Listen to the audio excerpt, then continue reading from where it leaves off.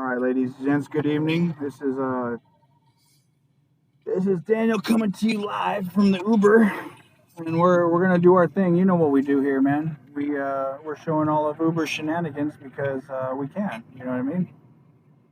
Because why not? You know what I'm saying? So we're heading over to that 250 spot right there, and I've had I've had this revelation before, but I've had very little time to meticulously kind of talk it out.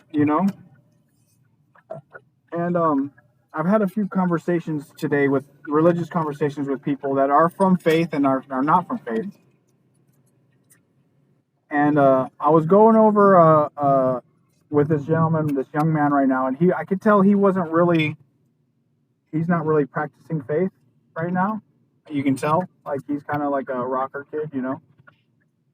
And so he was saying though, like he brought up like, oh, is it really true that there's missing years from Jesus's life from when he was 12 to 30 and this and that and the other thing? And I'm like, yeah, that's true. It's true. But, I don't know what you've heard exactly from that time because I've studied it myself, and I've studied it myself. And I've heard all the different, probably not all of them, but I've heard a lot of different theories and this and that. Oh, he went to Tibet and learned magic, or he went to Egypt and learned magic, and that's the general consensus of it. Like, oh, he was a magician and this and that and the other thing, which in itself, you think, okay, so you're admitting that he's doing miraculous things to where he's using magic to do these things. So you admit that he's doing miracles, but you won't admit to his divinity. You don't want to admit that Christ is the Son of God and the part of the Trinity, as it were, And so we're going back and forth about that, and then we start going on a different tangent to where, oh, did it disappear? No, okay. We'll keep going.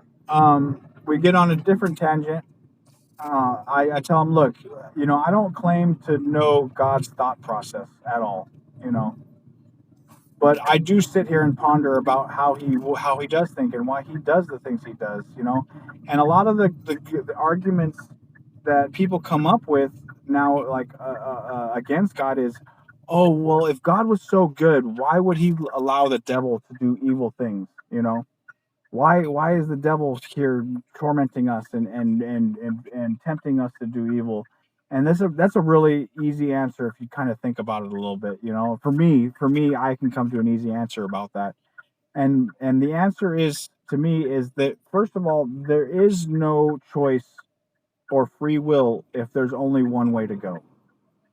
If you truly want to have free will and make free will a thing for human beings, you have to be able to choose between good and evil, or this or that, or whatever have you, And God doesn't want to sully himself with evil. It's beneath him. He doesn't want it anywhere near him. So why wouldn't he have a being that's already fallen do that for him? It's an ugly thing. It's a terrible thing. However, it's the choice of duality that we need to have in order for us. Now, this is the second part here. In order for us to have the choice to make, and now it would make sense to me, anyways, and I may be wrong. This is just me. There's no scripture backing this up. This isn't in the Bible. This is just my headcanon. Okay. Me, not headcanon, I would say. That's probably the wrong choice of words to say. But this is me thinking about it, that if you were God and you made perfect angels in heaven to live for eternity and in all their greatness and perfection, and then all of a sudden a third of those angels rebelled against you and you had to cast them out of heaven and create a space for them to suffer for eternity, like, wouldn't you, like, instead of having them suffer for eternity, as it were, as angels, as ex-angels, as it were, and in turn demons, the worst of the worst, wouldn't it make more sense to create a world and have humans go through trials and tribulations and give them the choice to say, look, do you want to be bad or do you want to be good? Do you want to follow me and do good and live for eternity in all the greatness that is God? Or do you want to do evil and end up in hell and suffer for eternity? It makes more sense to me that it makes a lot of sense to me that God would make human beings and give them the choice to do what they do and learn from experiences, because I would bet you more often than not that people eventually learn their lesson. You know, who knows his great thought process and everything else, have you? You know, but to me, again, the way I see it, um, I mean, it makes sense to me. You know, and again, this is just me speaking out of my own head. This is not anything. No preacher, I don't think, to my knowledge, has ever said this. But to me, it makes sense. You know, that God would do this in all His wisdom. So let's see. Let's see. Now that we went through our little religious talk here for a second, let's see if we get our little 275 coming back to work here.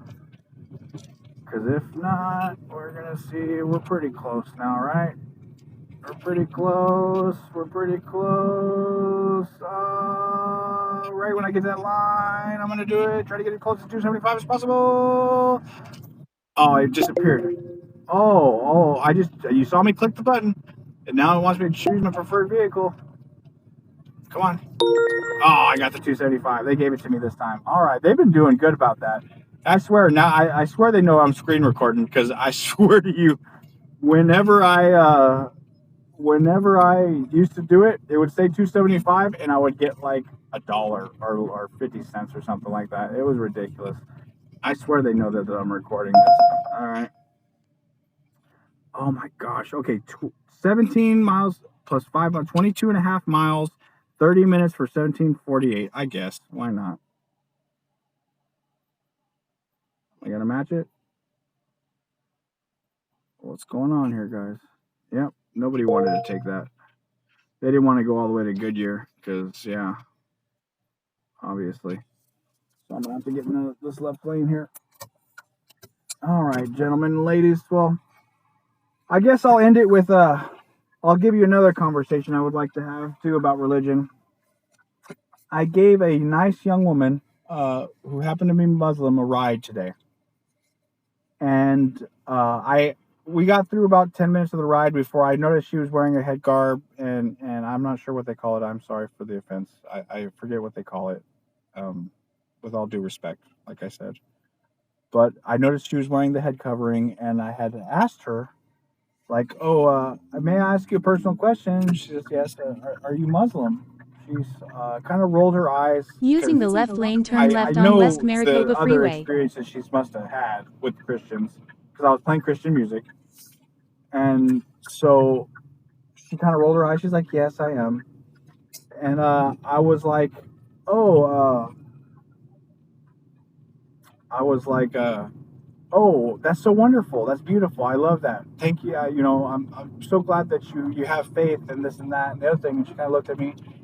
And I was like, and we went on about it. I was like, I'm sorry for how a lot of Christians speak to you, if they have spoke to you with malicious intent, or any type of thing. We're all the faiths of Abraham, whether you're Jewish, Muslim, or you're Christian. We're all the faiths of Abraham. We all believe in the same God. We just believe a little bit differently, And I think we should embrace our differences, and instead of fighting with each other, because a lot of people will debate about In a how quarter your mile, book is turn left wrong, on about West how Buckeye Road using the your left 2 prophets are lanes. wrong, about how this is wrong and that's wrong, and you're wrong, and Jesus is the only way, and this and that and the other thing. And it is true. Jesus says, nobody can come to the Father except through me, and this is true. I admit this, and I believe that fully with my heart. Turn left on West Buckeye However, Road. I also know it says in the Bible that you're supposed to do two things are the great commandments. Number one is love God, and number two is love your brothers and sisters on this planet. It doesn't say if they're Christian or if they're Jewish. It doesn't say only if they're not Muslim, or only if they're not atheist. It says love your brothers and sisters on this planet. So on behalf of me, I said I apologize if you've ever had any bad experiences and whoop de whoop. We went back and forth, and it was a beautiful conversation. It was a beautiful conversation because she was relaying to me that she had a boyfriend who happened to be Catholic, and they were talking about how they would raise their kids, and their mom's staunch Catholic, and they want to be baptized, and whoop de whoop, blah blah blah blah blah, and I gave her some advice, and it was a beautiful conversation. And by the end of it, I really was happy with it, and I believe she was happy with it too. And it's just to go to show that that as Christians, we need to live the words that Jesus told us to. Yes, we need to try to bring people to the faith, but at the same time, we're not to push anybody away from us because we think they're wrong. We're not supposed to berate people because we think they're wrong. That's not for us to do. We're not to judge people like that. We are to love our neighbors, our brothers and sisters fully and with the utmost respect, however possible. If people choose a different faith from us, that's okay. That is okay. That's okay. There's nothing wrong with that. Can we try to bring them to Christ? I would say yes. Do we have to do it every time we talk to them? No. You can be friends with Muslims and not debate their faith with them. And you can be friends with Muslims and not berate them for X, Y, or Z. I don't even want to give any ammunition, but I've heard the many debates between Christians and Muslims, and it almost never is respectful. It isn't. It is not respectful. And no matter what, whose prophet did what, or this or that or the other thing, it doesn't matter. It doesn't matter. You're not showing respect, and I believe it's the wrong way. I believe God's looking at us like you're not even living by the words we taught you. How are you going to try to use my words to convince them that they're wrong, but you're not even living by the words? You're not even doing the things you're supposed to be doing and living the way you're supposed to be living, and you're trying to prove that you're right with moral superiority and everything else. It's kind of bad. So if you're Christian out there, please make a Muslim friend. Make them. It's easy to be a friends with a Jewish person. It is. It's the faith is there, whether they believe in Christ or not. The faith is there. Okay. So it's real easy to be friends with a Muslim person. Okay. I mean, with a Jewish person. But I think we all need to just kind of take a step back and realize what our faith's calling us to do. That's spread the good news. Love God. Well, first of all, first and foremost, love God. Show reverence and respect to God at all points and times in our lives. Not just with when we need something, you know. I mean, how many times have we prayed and just told God, I'm glad you're there. I hope you're having a good day. I know it sounds silly. It sounds silly to say almost, but why does it sound silly? He's God. Of course he's going to have a good day, right? No. Who knows? Who knows? Nobody knows that. Maybe he wants to hear, like, hey, God, I'm so proud of you. You made so much. You've done so well in the universe, and I just want to tell you, you did a great job. Humanity messed up. It wasn't your fault they did all this. You did a good job. God, I'm proud of you. Thank you for everything you've blessed us with. I thank you for the good things. I thank you for the bad things. And I can't wait to see you. I can't wait to talk to you. I can't wait to hug you. So thank you, Lord, for the life that you've given me and the opportunity. I don't think we do that enough. We thank him for the things that we get, yeah. But how many times have we really told him, like, hey, man, we're proud of you. Anyways, I guess I'm gonna wrap it up. I'm gonna go pick up Mr. Antonio here and finish my night out. I think I got 4 more hours, something like that. Let's see what our stats are today. $204, 21 trips. We're looking at 9 hours online. We've done 9 hours so far and done $200. It's been a slow day. Slow day. Slow day. $29 in tips so far. Yeah, for the week we got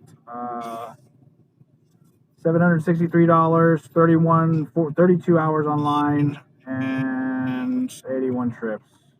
That's the breakdown for promotions and In a all quarter that mile, stuff. turn left on South 51st Avenue using the left lane. So yeah, it's been an alright week, I guess, so far. 3 days, 34 hours about. I think I cut out 2 hours early last night because number one, I was Turn tired, left and on number South two, I was 51st waiting Avenue. for rides. Like I had already made pretty much what I wanted to make for the day. It was about 285 for yesterday, and I had about an hour and a half left, I think, in total, and I was just too tired waiting for rides, like for 5-10 minutes between rides, and I just didn't want to wait anymore. I was like, yeah, I'm good. I can't be driving. I'm too tired like this. So. In a quarter mile, turn right on West Mojave Street. I quit it for the night. But you guys have a good night. Thanks for watching the video. Leave a like and subscribe. What all the YouTubers say. I got to start saying that again because if I don't remind you, you probably won't do it. You probably won't do it anyway, but that's all right. Whatever. I know that I told you guys I was going to do a video on Turn right on West things, Mojave Street. as of right now, the custody thing is kind of just standing still. So I'm just putting my nose to the grindstone, making as much money as I humanly possibly can, and Just ahead, pick up Antonio on the right. Just trying to be patient and wait for things to happen. God bless. Pick up Antonio on the right.